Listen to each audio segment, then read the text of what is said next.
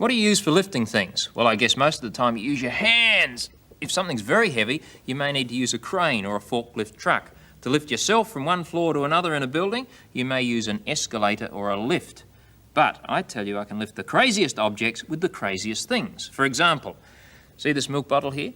I could lift that with a single straw without touching the bottle. What is more, I could lift this bunch of rather heavy items of cutlery with a single little teaspoon without touching the teaspoon or the cutlery.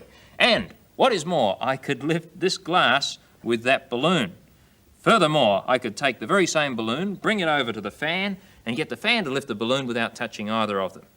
You're saying that's not only crazy, that's impossible.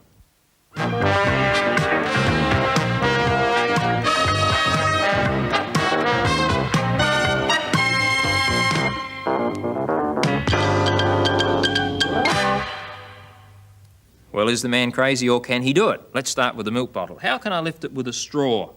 Well, I won't do it by pushing the straw on the outside of the bottle. What I will do is make a little bend in the straw and then push it down inside the bottle until the short end of the straw wedges across near the neck of the bottle.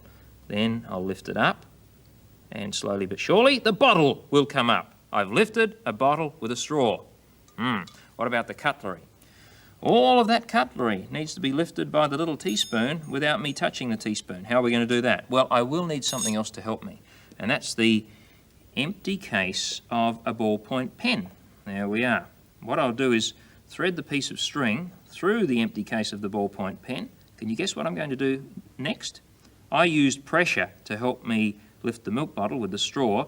This time I'm going to use a very special kind of force called centrifugal force. You know what that is? That's the force you feel when you ride on a merry-go-round or bucking horses or any of those other fairground rides that result in spinning you around. It's the outward pull that you get when anything spins. Okay, here we go. Now, I'll put it in that position there. Now I'm not touching the spoon. Can you guess what I'm going to do with that teaspoon? I'm going to make it spin around, and as it does so, it exerts an outward force, and that pulls up on the string, and look what happens to our heavy objects. They come right up and off the ground. When you do this at home, I would suggest you do it outside and don't have people standing too close to you. What about our third lifting problem? It was to lift the glass with a balloon. Oh, that's an easy one. You've guessed it already, haven't you? I simply place the balloon inside the mouth of the glass and blow. And up comes the glass. That was an easy one, and once again, pressure has helped me. All right, how are we going to get the fan to lift this balloon? First, I'll blow it up a little way. Then I'll tie it off, and I'm going to switch the fan on. Then I'll simply present the balloon to the fan and see what it does with it. There we are. Stream of air is now moving upwards. Let's see what happens. Stream of air lifts the balloon up and holds it there. What's actually happening is the fast-moving air is going around the outside of the balloon, creating a region of low pressure, lower pressure than the air in the room, so it stays there as long as we like. What on earth is the use of that? Well, a man by the name of Marvin Crater found a use for it.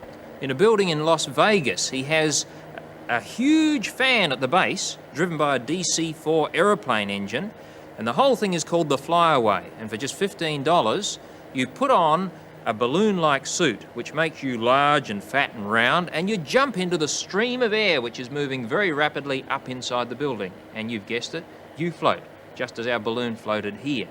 I want to know. Curiosity.